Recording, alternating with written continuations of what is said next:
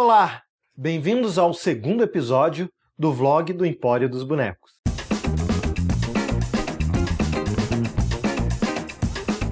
Vamos falar sobre manipulação de boneco. Eu vou passar alguns princípios básicos para vocês aí de como fazer para manipular um boneco. Tem muita técnica na manipulação de boneco. E alguns princípios simples que melhoram muito a sua manipulação se você tiver consciência. A regra dos 3 pontos, ela funciona como uma ordem geral de manipulação de todos os bonecos. Você até pode fugir das regras algumas vezes, desde que você tenha consciência do que você está fazendo. Bom, para demonstrar as regras dos 3 pontos aqui, eu vou usar um boneco que é um pedaço de trapo, um retalhozinho qualquer. Isso eu vou usar para explicar para vocês toda a nosso tutorial, aula de hoje sobre manipulação. O primeiro ponto, o ponto de gravidade, ou ponto de locomoção, enfim. Todo ser, todo objeto, tudo tem um ponto de gravidade. Se eu pegar esse tubo aqui, ele tem um ponto de gravidade. Se eu deixar para que ele caia mais para cá, para que ele caia mais para cá, vai ter um ponto médio, que é o ponto de gravidade dele, que depende do peso. Aí, mais ou menos aqui, o ponto de gravidade, porque tem coisa dentro. E por que é importante a gente perceber o ponto de gravidade das coisas nos bonecos? Porque é isso que vai nos dar a orientação da locomoção do boneco. Vamos transformar este trapo num boneco. Atenção, que isso é muito complicado. Pronto, feito. Este é o nosso boneco. Como funciona o ponto de gravidade? Vamos imaginar um ponto mais ou menos aqui, né? Que daria um peso para ele. Certo? Assim ele tem um peso. Aí quando ele se locomove, vamos imaginar aqui que o fim do vídeo seja um chão. Então, se ele se locomove tendo como base este ponto de gravidade. O que é que esse boneco fez? Ele andou como se fosse aqui, tendo o ponto de gravidade, o ponto de eixo do movimento. Imaginem correndo uma linha aqui, pelo boneco, e quando ele anda, como ele se relaciona com esta linha. Uma tesoura. Vamos botar isso daqui como um chão para tesoura. Se eu botar este botão como ponto de gravidade dessa tesoura, para ela se locomover, ela tem uma relação com esse ponto de gravidade. É isso que vai dar uma certa verossimilhança para o movimento do boneco, independente de qual seja. Os seres humanos, o ponto de gravidade nosso é mais ou menos na altura do umbigo. Segundo ponto é ponto de visão. Okay? Vocês vão ter que adivinhar qual que é o ponto de visão dele.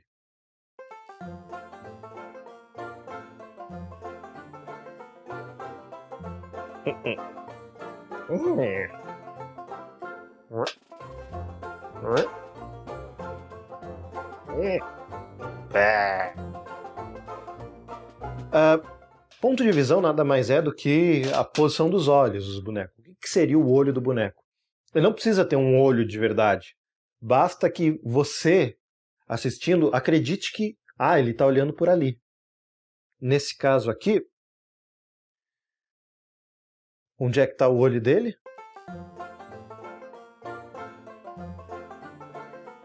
O olho dele está mais ou menos o que seria aqui. Você, pela movimentação, você imagina um olho. Você imagina um olho. E é o que nos leva ao terceiro ponto, que é o ponto de pensamento. Por quê? Quando ele olha e ele percebe e reage às coisas,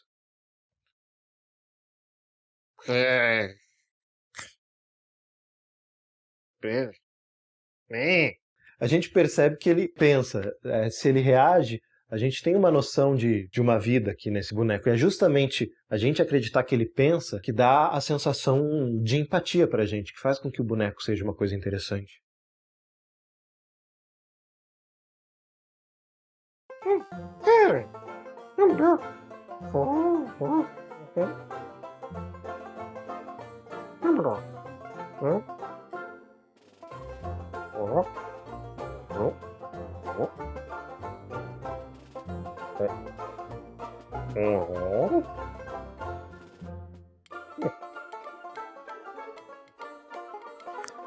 Então você percebe que ele olhou e pensou a partir disso, refletiu. E é isso que faz com que a gente consiga ver um ser num pedaço de pano. Alguma coisa que a gente precisa observar também primeiro que menos é mais. Não adianta eu ficar mexendo o boneco para lá e para cá sem uma clareza no movimento, porque vai ficar só uma coisa muito suja. E a gente precisa de um foco no movimento dele, e na bagunça que ele faz, entre aspas, tem que ser uma bagunça pensada. Vou aqui manipular de um jeito errado, como seria movimentando demais, depois eu vou manipular de um jeito mais certo, e por último eu vou tentar manipular de um jeito certo, em que ele se movimente demais por uma justificativa. E aí a gente vai tentar entender a diferença. Então, primeiro, se movimentando errado.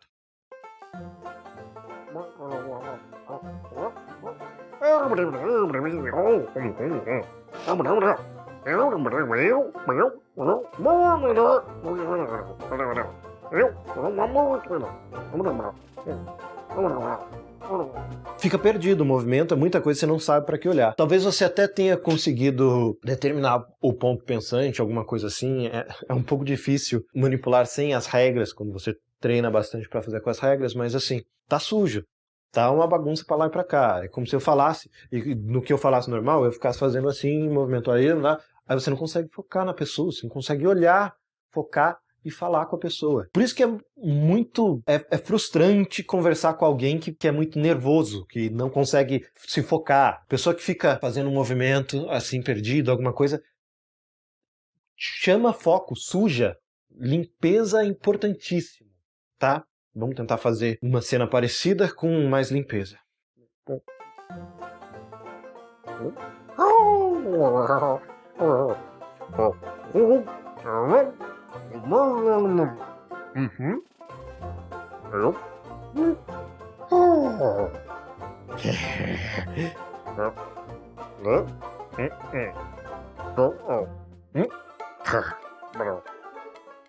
Ou seja, eu decupo o movimento, eu faço uma coisa, depois outra, eu primeiro olho, depois viro. Tudo isso ajuda eu a determinar manipulação mais precisa, mais clara, enfim, mais limpa. Vamos tentar então agora fazer uma sujeira justificada.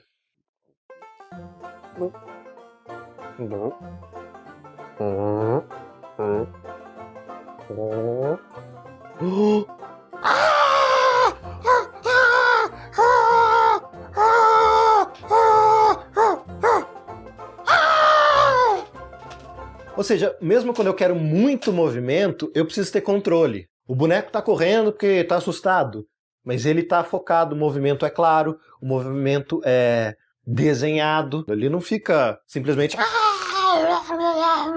Tá nervoso? Ele vai correr... Mantendo o quê? Ponto de gravidade. E mantendo ponto de visão, enfim. As regras que a gente usa vão se acumulando, tá?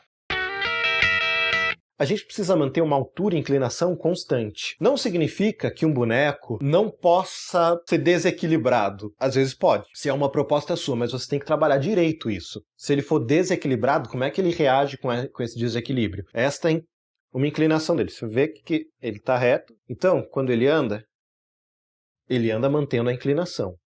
Se ele fosse assim, ele seria desequilibrado. Então, mesmo que ele andasse mantendo a inclinação, sempre dá pra gente uma sensação de queda, de que ele vai cair. Talvez jogando com a inclinação para andar, não sei, mas o fato é que tudo que vai estar torto, inclinado assim, vai causar um desconforto. E se você não quer causar este desconforto, busque manter a inclinação. Agora uma coisa, a partir do momento que você definiu se o seu boneco tem uma inclinação reta ou torta de alguma forma, mantenha isso no movimento dele. Você só vai quebrar se tiver uma justificativa. Eu vou dar um exemplo.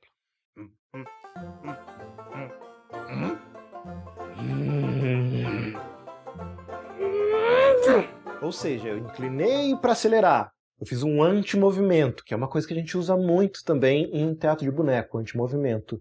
Em vez de eu simplesmente chegar andando e de repente acelerar, que fica estranho, não fica pontuado, eu vou, preciso acelerar, faço um anti-movimento. Mas entenderam por que manter a regra da inclinação? Agora vamos falar de altura, né? Que é a mesma coisa, mantenha a altura. Não façam um boneco que anda assim. Se ele tiver um padrão de andar diferenciado que altera a altura, seja algo claro.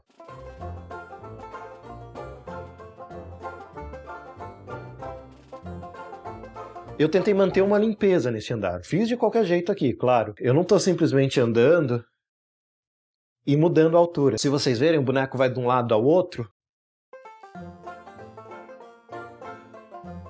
Eu tento manter a altura. Novamente, para a gente ter verossimilhança. Se ele está andando, o piso é uma coisa só. Se eu começo a andar assim, é um boneco que voa, é o super-homem. Mesmo se for um boneco que voa, ele não vai voar assim a esmo. Ele vai voar de um jeito que tem um sentido. Ele vai voar...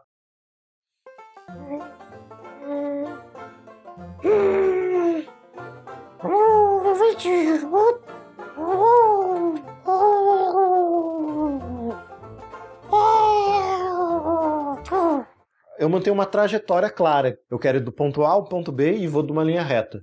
Se eu quero ficar flutuando, a bebida de flutuação da Fantástica Fábrica de Chocolate, ele vai tomar...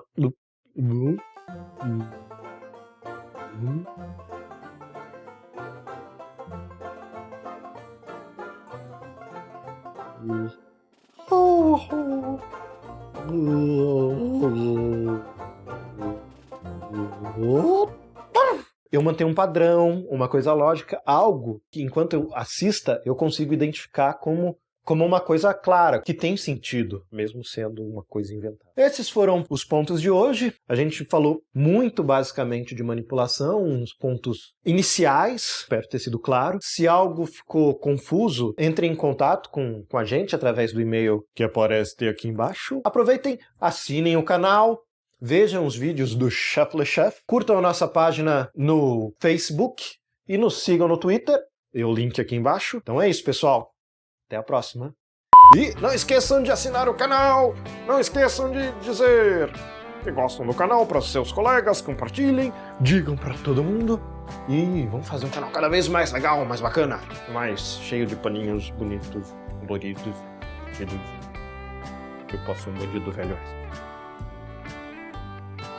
Assine meu canal, senão eu te imito.